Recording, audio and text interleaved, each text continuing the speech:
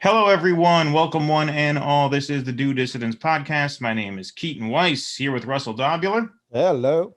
And we have the great pleasure and honor today of being joined by a staff writer at the great Jacobin magazine. He's also the author of a book called Yesterday's Man, The Case Against Joe Biden, Branko Marcetic. Branko, thank you so much for making the time. Appreciate it. Good to be with you. Thank you. Absolutely. Yeah. So this article that we are going to be talking about came out a few weeks ago, but it really made the rounds online. I mean, it was a huge one. I saw this article everywhere called The Democratic Party's Real War in 2020 Was Against Bernie Sanders. And that is a review of the book Lucky, How Joe Biden Barely Won the Presidency by Jonathan Allen and Amy Parnes. They are the duo that wrote Shattered, one of the greatest feel-good books of all time, in my opinion.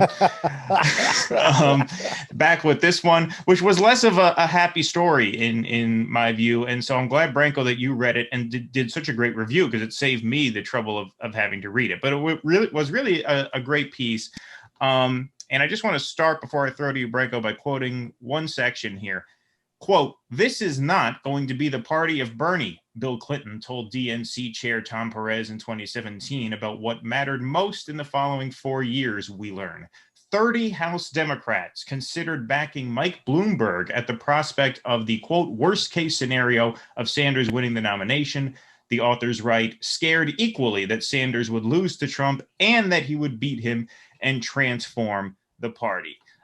That quote stood out to me the most in the piece, and I think that pretty much sums it up, right? I mean, the thesis of your article, which was the takeaway from the book, is that the Democrats would rather lose to Trump than nominate Sanders. And we all had a hunch that was true. But what was it like reading the book and getting it from these insiders? Well, to me, it felt like I hadn't just gone crazy, and somebody had, when I had suggested the idea during the campaign, someone had actually called me a conspiracy theorist, even though the behavior of the party. There was obviously that New York Times piece when Sanders was really getting momentum, and basically all these party apparatchiks said, if we want to, if it comes down to it, we may just sort of deny him the nomination, which of course would have torn apart the party and almost certainly sunk the party against Trump. But the fact that we're willing to go there, to me, was a pretty clear indication that they would, they would go with another 4 years of Trump, particularly when, if you look at the behavior of, I'm not going to say every single Democrat, I'm sure there were and are Democrats who genuinely were threatened by Trump and did not want another 4 years of him. But if you looked at a lot of the party's behavior, it was very clear that they were comfortable with another 4 years. It was the last 4 years were very good for them. It's clear they did not really believe their own rhetoric around Trump being a dictator and so on and so forth, which is why they continually handed him, new spying powers, or wished him well when he was sick, which you would not do if he was if you thought he was an actual fascist dictator. And fundraising went through the roof for MSNBC and CNN and all these other news outlets. Of course, Trump was a huge boon. So all of that, I think, was clear to me, and it was vindicating for me to see this reporting. And also, I have to obviously give credit to Amy Parnes and Jonathan Allen. This is a review of their book. They did an extraordinary job, obviously, getting all this information and getting these quotes on the record from people throughout the campaign. So, all credit goes to them. I sort of tried to review their book while also weaving in my own analysis of the election campaign. So I just want to make that sort of clear. Yeah, sure. Russell, did you have anything to add? I still haven't read the book, but did I understand you right? At the end, you made the point that they wrap up the book by actually agreeing with the idea that Biden was the person who was best positioned to win. Do they actually wrap it up that way? Did I misunderstand it? That is how I took it. I kind of found it a little bit strange, because when you read the rest of the book, it sounds strange. Yeah. Well, the way I would kind of take that is that, all of this conspiring against Bernie came pre-COVID. And then post-COVID, of course, everything changed. And so having a candidate like Joe Biden, who you have to keep in a basement away from the press, away from the microphone, is of course a major liability, unless, of course, a virus breaks out that causes everybody to hide in their houses, right? So it's like, so I could see how maybe you could say, hey, look, in retrospect, his shortcomings didn't hurt him nearly as much as they would have in a general election campaign. Now, that's a far cry from saying he was the only one who could have threaded the needle, as Morning Joe put it, to beat Trump. Yeah, I mean, look, I think the other part of this is that Shattered was a very different book because it came out in the wake of a losing campaign. When that happens, one, people are way more predisposed to start pointing fingers and to be blaming each other and finding what went wrong.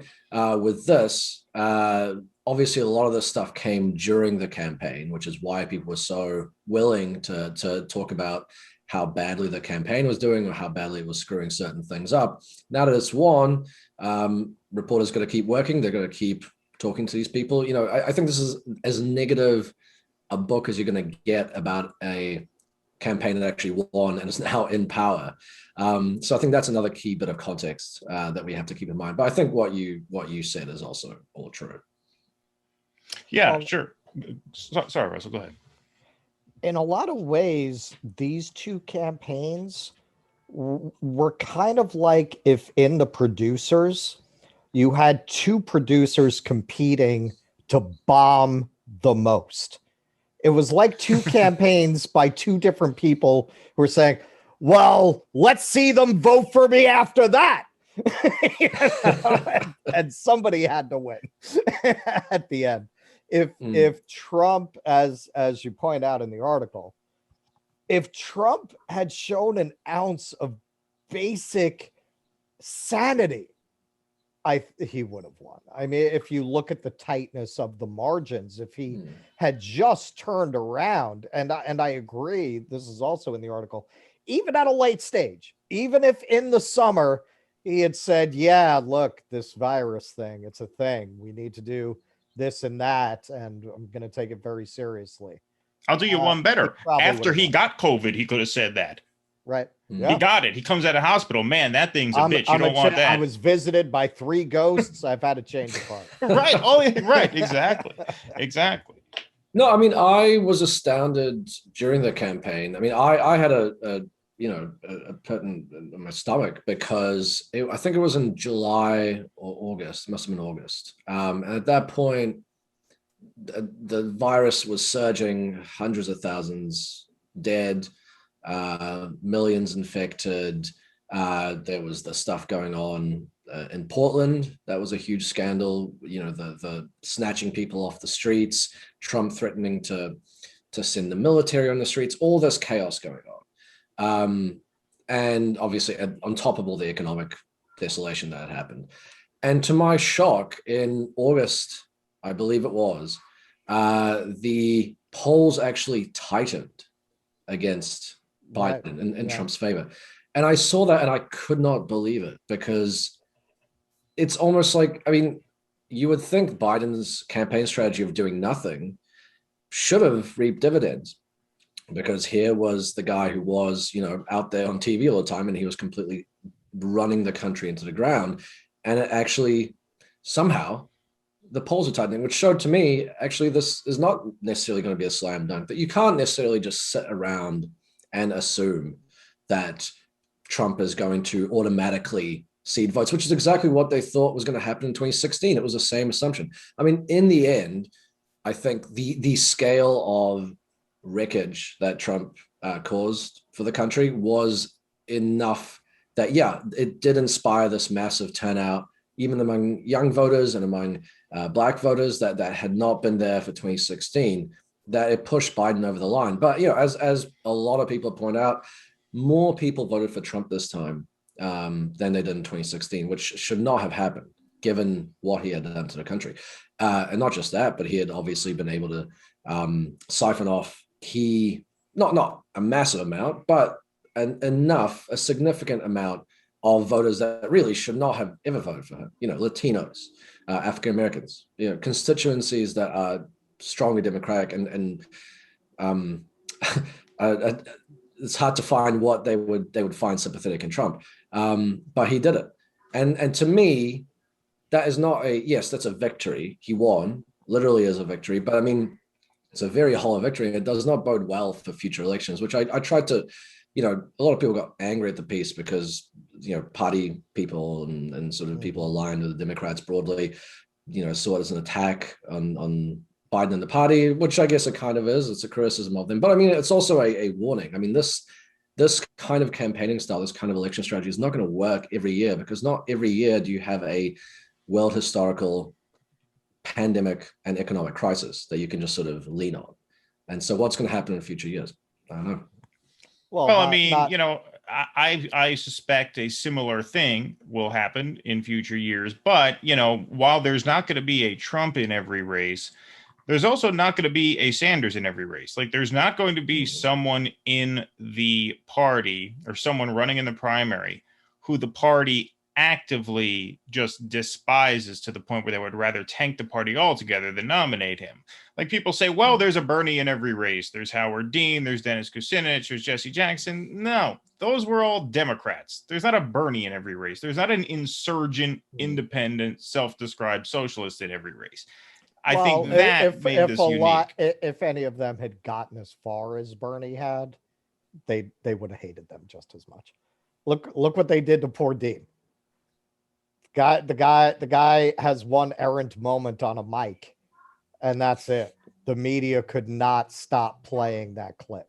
Well, I also think those were pre-Trump times. I mean, if that scream tanked Dean, why didn't anything like that tank Trump? I mean, I don't know if that's necessarily true. I think, they certainly would pick favorites, and they would certainly give them maybe more negative treatment. I mean, as soon as Warren put out her Medicare for All plan, the media turned on her and her numbers went down, but not like Sanders. There was never anything like this. I don't think, Branko. You're wrong, you young whippersnapper. Listen, the way they went after Dean was exactly like they went after Sanders. Only he didn't go far enough. Well, I'm saying, but that was to be this sustained attack. He didn't make it out of New Hampshire, I think. No, he didn't. I'm pretty sure he did drop out after that. Yeah. But Branko, one of the things that you mentioned here, which I think was very perceptive in the article, is that Bloomberg being allowed into the race, you quote the authors as quoting sources saying that in itself was an attempt to force a contested convention, meaning keeping Bernie under the majority threshold. And do you think one of the reasons they coalesced behind Biden as strongly as they did in the last hours was that they kind of realized that was a self-destruct? Like, it seemed like they were kind of testing the waters on that strategy, like that last debate where everybody said, yeah, we should just let the process play out. If it's a contested convention, and Bernie's the only one saying, no, those with the most votes should win. What do you think about that? Because I thought it was interesting that you wrote that. They definitely realized that it was a bad strategy, because I think that's why they coalesced around Biden. They saw that what was happening was the same thing that happened in 2016 when Trump ended up winning on a plurality of votes, because the field was so split. And I mean, I think that it shows you how actually ideological and ideologically committed some of these Democratic partisans are. I mean, it's pretty unheard of for candidates to just drop out while they still have money, while they can still keep going, because usually what they want to do is they want to amass as many delegates as possible, so they might have some more bargaining power, maybe get themselves a nice position in a future administration. Not in this case. They willingly sacrifice their own ambitions, at a pretty big risk. It was not clear that Biden was going to be able to actually put it over the line, even if they did coalesce around him, but they did sacrifice themselves to be able to stop Sanders. That was their main thing. And I think I pointed this out in the piece that the reason why they went for Biden, I mean, Biden in many ways is sort of this, he ended up by sort of a conspiracy of circumstances as the guy. we know both from the book and from copious reporting at the time, and just from even public statements that were made by Democrats in regards to his debate performances and other things, that no one in the establishment was really that excited about Biden. Even the people that were supporting him were kind of, watched him in debates and watched him TV interviews and sort of, winced because they thought, oh, this is this guy actually capable of doing this? But in the end, he was the only, aside from Bloomberg, he was the only candidate who had any significant support from voters who weren't white. Buttigieg and Klobuchar, I think, were both polling at like 1% among black voters.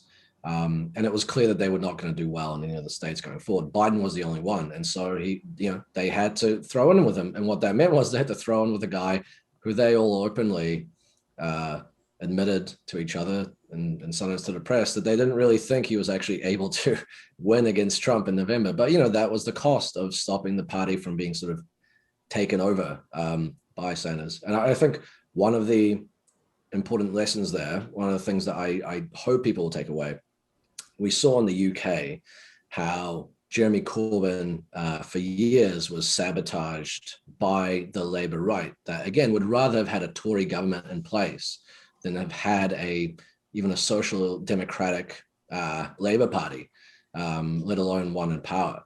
And we know this openly. They were cheering when they thought that Theresa May was on the way to victory. And I think that's what we're seeing here in this case as well, is that if the left in the US continues in the strategy of trying to sort of mount an insurgency to take over the Democratic Party or to run on the Democratic Party line, which I don't really think at the moment there's really an alternative because of the legal structures in place that basically prevent a third party from really being set up in the United States. There has to be a calculation that this is a real risk, that they will be potentially sabotaged by the party's corporate wing because what they care about most is keeping power rather than necessarily winning an election. And so that's a really important thing to keep in mind as this insurgent strategy continues going forward. Yeah, I mean, I think what happened in Nevada is a great example of that. The DSA took over the state Democratic Party in Nevada, and they just made $450,000 disappear on the way out the door, the old guard, right? So, I mean, you might not be taking over much of a party if you actually do win these primaries and take over and actually gain that power. And that's a key state as well. I mean, Biden this year did not win it by that much. The margin escapes my memory right now, but it was not. I remember seeing Nevada was very, very close. Yeah, and it's not it's recently kind of turned into a blue state, but it has not always been reliably blue. So the fact that they are willing to sort of potentially lose that state out of a temper tantrum / just sort of hobble the kind of Bernie-crat wings attempt to take the party over is as you say, it's that point where it's a real concrete example of what I'm talking about there. Yeah, I mean, George W. Bush won Nevada twice, I think. So yeah, that's not a safe blue state by any means. I also did want to ask you, because we just launched this blog and podcast project 2 years ago, and the first blog I ever wrote was called Joe Biden and the Insufferable Weakness of Democratic Voters. Basically saying, yeah, we could expect the book to be thrown at Bernie. The media is going to be lined up against him. All of the political sort of hotshots at the top are going to be lined up against him, and the establishment and the DNC and all the buzzwords that you see going online. But at the end of the day, this is really a problem of Democratic Party loyalist voters being just way too under the thumb of the political and media class. And so I kind of saw this coming years ago. And you were writing your book against Joe Biden. When did you put that book out?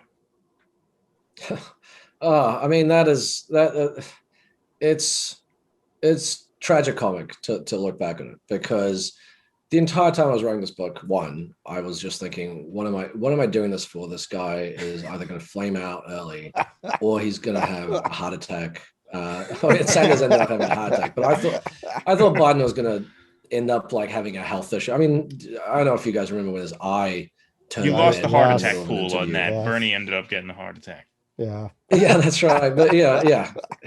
But that's what I was thinking. This entire time, like, I'm rushing to finish it. I'm working like crazy to do it, and I'm watching this guy just give incoherent interviews and just embarrass himself. And I'm thinking, oh, this is such a waste of time. At least I was paid for it. I think that was my reasoning at the time.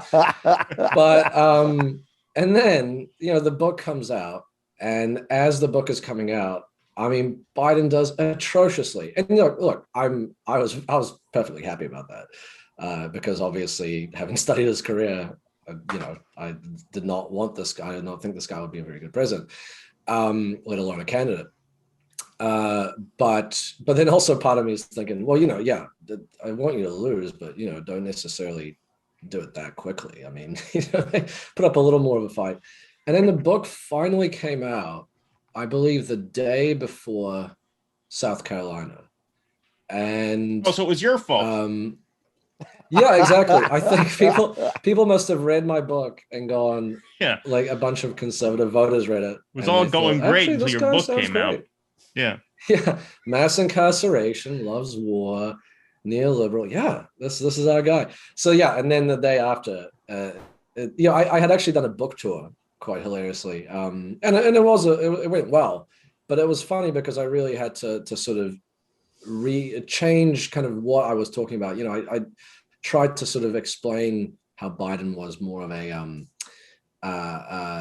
how Biden kind of really stood in and symbolized the entire Democratic Party and the direction it had taken. Because I thought his campaign, it's flaming out. The actual prospect of his presidency is not really that relevant. And then, to my horror, the book did become relevant suddenly, very suddenly. It's probably one of the greatest disappointments of my life, really, that the book is as relevant as it is now. But what are you going to do? I did actually, in an article I wrote for Due Dissidence, I did predict he would be the nominee based on a principle I learned a long time ago is almost flawless in predicting what Democrats are going to do. Think of what the worst option is. Assume that's what they're going to do. You will almost never be wrong. Joe Biden was the worst option on that stage. I said he's going to be the nominee. Well, look, what I would say, I think there's a lot of truth to what you're saying, in the sense of Trump obviously was a dangerous person to have in the White House, but even beyond that, there was a 4-year-long campaign of fear. I mean, Trump was bad, but he wasn't that much worse than your average Republican, which, to be clear, is his very, rhetoric very was bad. worse. His tweets were worse. His rhetoric was worse. That's right. And some of the stuff, I mean, there was stuff towards the end that really, he started to kind of fire long-time civil servants and kind of put his own loyalists into certain positions. That was looking pretty scary. But that came towards the end. Until then, I mean, he was a pretty standard Republican president, which, again, I want to stress, is really bad. But it's no different from, say, Bush or even someone like Romney. But there was this campaign to really strike fear into people over him, to cast him as a sort of civilizational threat, something that had never been seen before, so on and so forth. And people were really terrified. And what happens in elections when there is an extreme Republican incumbent on the ballot, Democratic voters, particularly older ones, they don't go with their heart, quote unquote, they go with their head. quote unquote. Now, what Right. it's Right. not really the head, because what they end up doing is they always pick the worst option. They pick someone that they imagine in their minds is going to appeal to this person, that this phantasm that Mhm. they've created in their heads of a independent or a Republican voter. And they go, oh, well, if we pick someone who's sort of a few shades away from the guy in power, that's who will be best positioned to win. And they make this mistake over and over, and it nearly always fails. It failed in 2004 with John Kerry. It failed against Reagan with Mondale. Failed with Dukakis. You know, all these centrists who were seen as sort of being more palatable. And I mean, in reality, if you looked at the exit polling in the primary, in nearly every state, even the states that he lost, Sanders, his biggest voting base was independents. And Biden always won among Democrats, which is the exact opposite of what the Democrats who were voting for Biden thought would happen. They thought we were voting for the guy who's going to be more appeal, have more appeal to independents. But that's the psychology, and you know, that's another lesson I think for people going forward for the left in the United States, is that the older voters who are not necessarily more conservative in their politics, some of them are, don't get me wrong, but are definitely more conservative in terms of strategy. Those voters are not going away anytime soon. They're not going to die off. Nor should we, you know, want them to die off. I mean, you know, these are human beings, and there has to be some Have you way ever eaten with one? to. There's a lot of people who are, you know, I do know people, you know, from that demographic who, you know, I Should live. disagree with their decisions sometimes, but you know, they are genuine people. But the thing is, there has to be a way to appeal to those people. The left has to appeal to those people, and you know, it may well be that Sanders ran a campaign that didn't quite do that. He ran a more general election campaign that was more about values and sort of a vision. And that's not what the Democratic Party voters wanted to hear in the primary. They wanted to hear who's going to beat Trump and who's best positioned. And we want to make sure that you're the guy. And so that's a key thing to remember. You have to appeal to those voters. Well, right. I mean, look, I think you made a good point about, you know, Trump being perceived as this existential threat more so than he was, right? And I think one of the problems with primary party politics is that you are appealing to a group of people who was especially freaked out by Donald Trump. Mhm.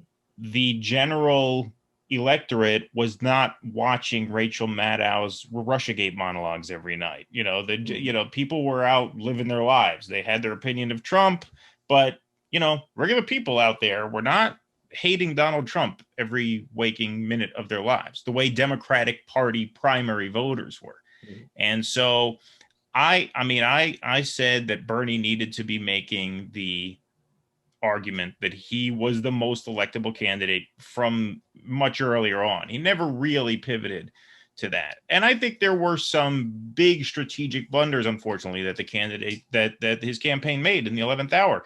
Going on 60 Minutes in the first place and letting Anderson Cooper shiv you with that Fidel Castro question, he should have never. If I were his campaign manager, I would say there's no way you're going on 60 Minutes now. He should have did what Biden did. You got the lead, you got the momentum, hide, because you're not going to get a fair shake in the media. What do you think? They thought he was going to go on Anderson Cooper and have a nice sit down with him and Jane, and oh, let's meet the new nominee and his family and his great. No, they're gonna. This is the 11. This is their last chance to sink you, and they just seem to underestimate just how intense that effort was going to be.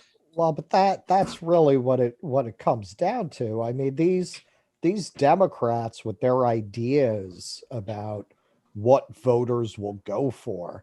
What they have a team of pollsters working for them out of their living rooms? Where do they get these ideas? They get these ideas from the corporate media. And as long as your average Democrat, which we know from polling, is the last group of people in the country who still trust the media.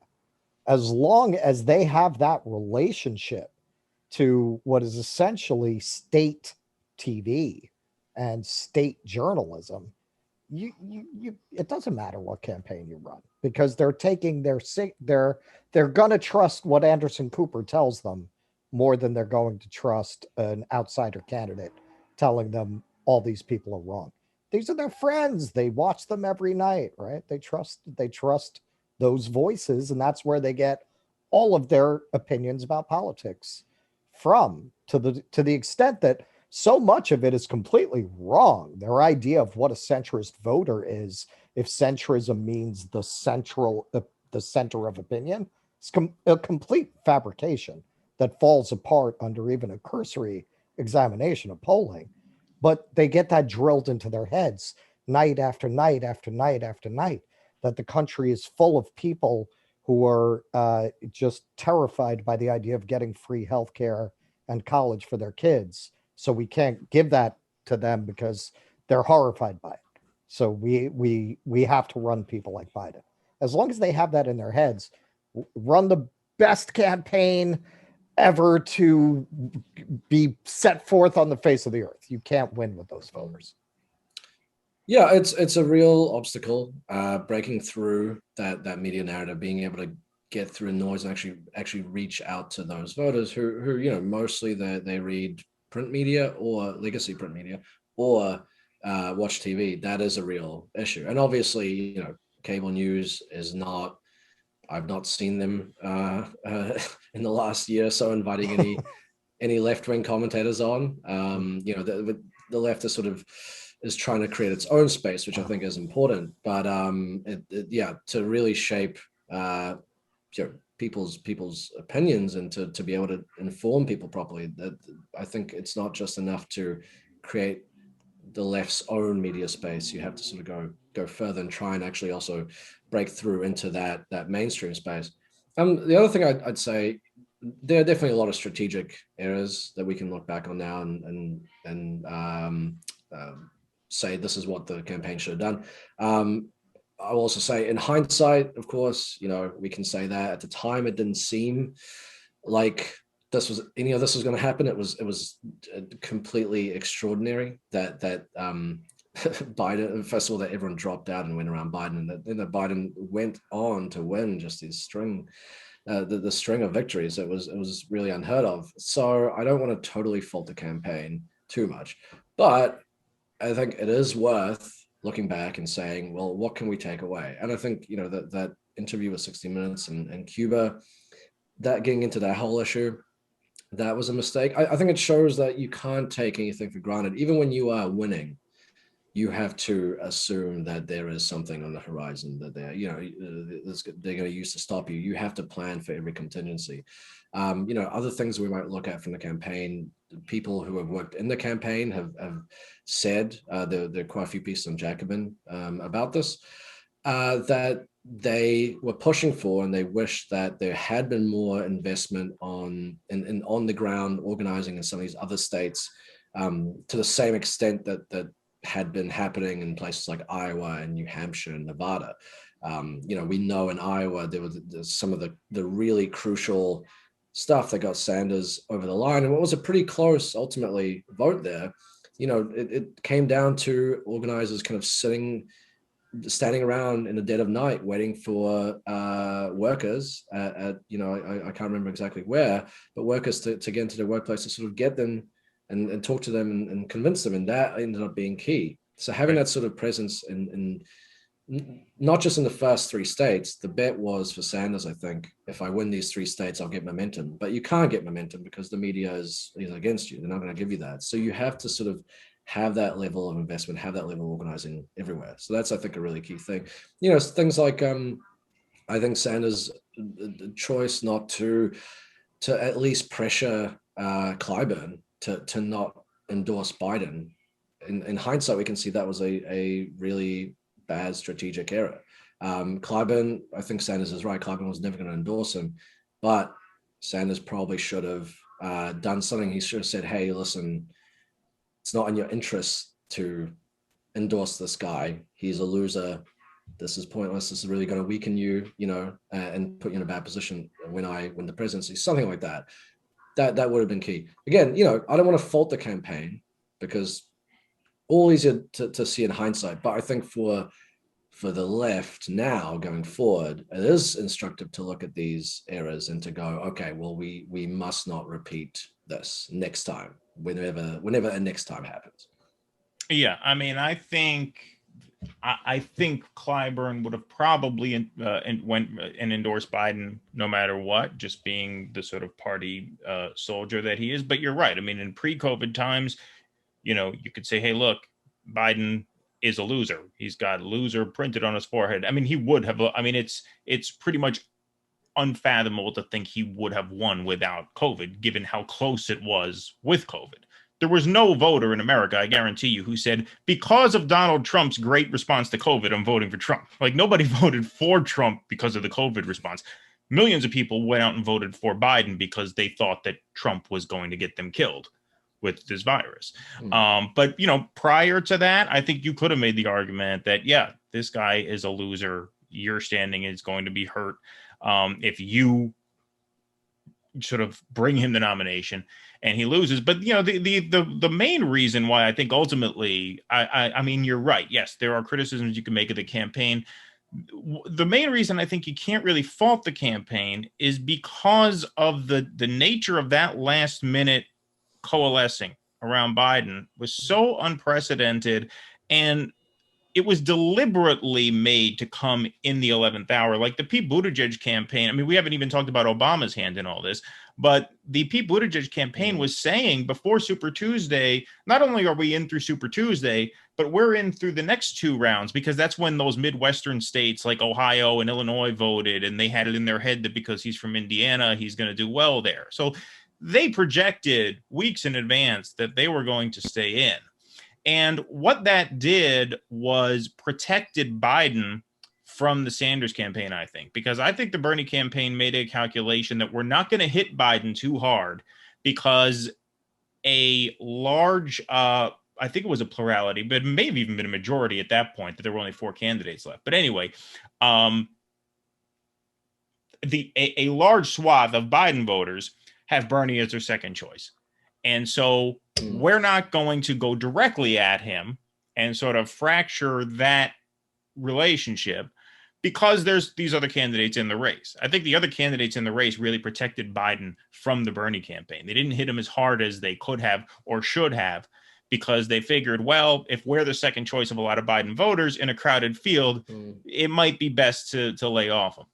And of course, 2 days before Super Tuesday, that whole dynamic completely changed. And there was no time for the Bernie campaign to respond. I mean, you can't Monday night talk about his, bankruptcy bill. It's too late. Yeah, I'd say so. I mean, look, the other part of this, there was this ridiculous stifling culture that sprung up in the Democratic Party. I think really as a sort of way to box in someone like Sanders, but basically that said, oh, you cannot criticize anyone. Criticizing, even talking about another politician's record is a vicious attack. Yeah. And if you do that, you're creating disunity, the disunity that helped Trump win in 2016, which of course was not true, complete nonsense. You can curse on this show. This has been a pretty clean episode so far, actually, but yeah, don't worry. Okay, well, you can fill in whatever word you would have imagined I was going to say, but that is a complete lie. But people did believe it. So many people I've talked to honestly believe that. Yes, and people, if you read interviews with voters, believe the same thing, that Sanders, by attacking Clinton, had kind of dented her against Trump by attacking her record, by attacking her coziness with big business. And so in the 2020 primary, there's this sort of unofficial rule: you cannot say anything about another candidate, which is, of course, completely inconsistently applied, but that's one of the troubles of it. I think one other thing that the campaign probably should have done, apparently Sanders did not try and get Warren's endorsement until it was very late in the game. and by which point, Biden was running away, and it was a pretty big risk for her. I mean, look, ultimately at the end of the day, I think the biggest fault here lies with Elizabeth Warren, who just seemed to have completely betrayed everything she ever believed in and said, and did not have the courage of someone like Buttigieg and Klobuchar, the courage of her convictions to sacrifice her own interest for the sake of the principles that she said she believed in. But there were things that the campaign could have done to sort of push her along. I mean, obviously the campaign was working behind the scene. Buttigieg and Klobuchar did not just drop out spontaneously and endorse Biden just because suddenly they had a epiphany over the weekend. They were not just pressured by Obama, but also Biden was calling them and basically subtly saying, hey, you should do this, it's in your best interest. The Sanders campaign probably should have done the same thing with Elizabeth Warren, and tried to get her drop out and to endorse him. Whether she would have is a whole other question, but worth a shot, I think. So that's another thing I think, in hindsight, we can maybe learn from that campaign. Yeah, I don't think her endorsement was ever available, though. I think that whole thing with the "he told me a woman couldn't win" thing, I mean, that was either a desperate ploy to get herself back in the game, or the more conspiratorial view, I suppose, of that would be that she did that in order to kill support for Bernie within her own base. Because once a nasty fight like that breaks out between campaigns, your supporters become now maybe Warren to Biden instead of Warren to Bernie once she calls Bernie a sexist. You know what I mean? So, I mean, there's no evidence of that necessarily, but that's what I suspect that had something to do with. I mean, polling did show that at the time, on the eve of Super Tuesday, most Warren, the plurality of Warren voters, a huge plurality. Yeah, still went to Sanders. Of her voters were the second choice was Sanders, and actually I think it was something like 30 or 40% of them, and then the second was according to this morning consult poll, it was Biden / Buttigieg at 19. Was it 19 or even lower percent? So that's that's split between two guys. Right. So yeah, I think it does. I think that endorsement, if it had been able to come, would have made a difference. But again, as you say, it's hard to know if that actually would have happened. I still think it would have been worth a shot. But yeah, a lot of factors. I mean, look, it's tough to run a campaign against an entire party machine, not just in the party itself, but that extends into the media and so many other parts of the kind of political structure. It's incredibly difficult, and it seemed like this was the best moment, and I think in many ways it was, but in some ways, it wasn't as well. Trump both created the ideal conditions for Sanders to run, someone like Sanders, and also the exact conditions that would stop someone like him, because of the sort of fear in a lot of older Democratic voters. Yeah. I mean, I think that's right, and I think if there was a time to ask Warren, if there was a time to just get desperate and say, okay, here, take VP, it could have been after Super Tuesday. Because after Super Tuesday, it was clear that Biden was going to win unless something big happened. But the actual delegate math was still very, very tight after Super Tuesday because Biden did so horribly in the first handful of states. And Bernie lost a lot of states that he should have won, but he didn't get blown out in, say, Texas. He lost that by like only 2 or 3 points. So he did get a very good mathematical haul out of that state. He just didn't get the momentum. So at that point, when it's basically now it's a tie game, the other guy's got all the momentum, he's set to run the table unless you do something, that could have been a time to pick up the phone and tell Warren, say, all right, come on. I don't know, man. I mean, this is like saying, the guy who was running the sack race with cement around his feet and the sack tied in front of his face and his kneecaps broken right before.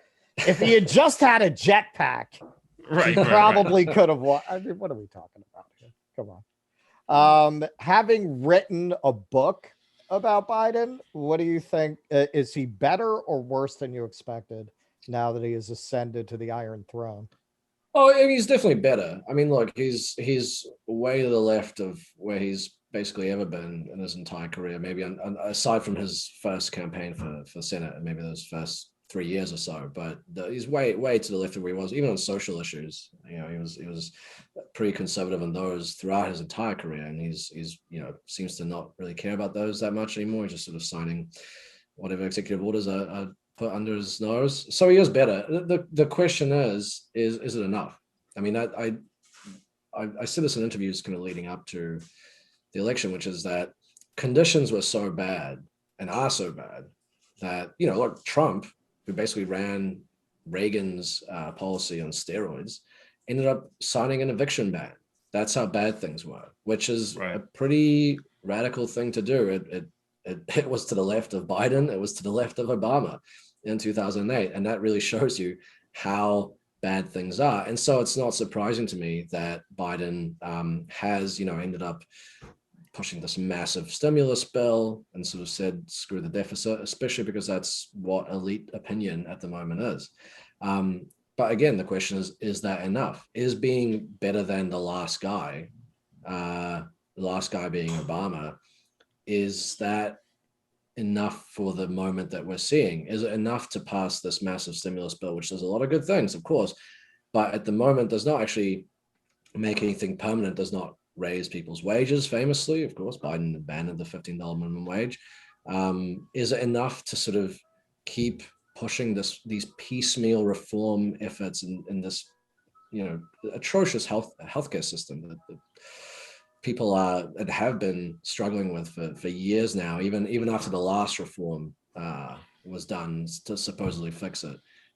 Is it enough to keep nibbling around the edges there? I don't think so. And I mean, it's not to say that these things that he's doing are not popular and won't be popular. It's not to say that may not benefit them politically. I think people have been struggling in the US so long, people have been underwater for such a long time, that even doing the bare minimum is enough to sort of make people go, wow, this is amazing. I've never seen anything like this.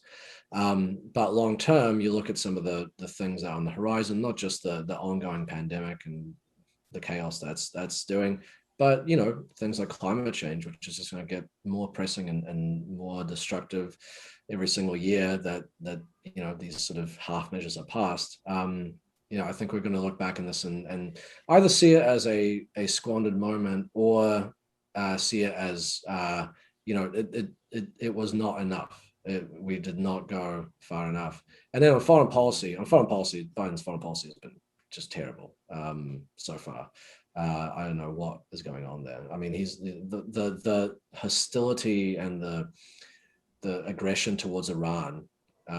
It seems like things are now changing. There seems to be some sort of movement to go back to the Iran deal, but I mean, they were just completely foreclosing any sort of attempt to actually get back into that deal with this really aggressive posture towards them, which is bizarre because that is an Obama era legacy that you would think Biden would want to preserve. But yeah, so foreign policy, immigration, terrible. Domestic policy, better than I expected, but not good enough for what is actually currently happening in the world and in the country.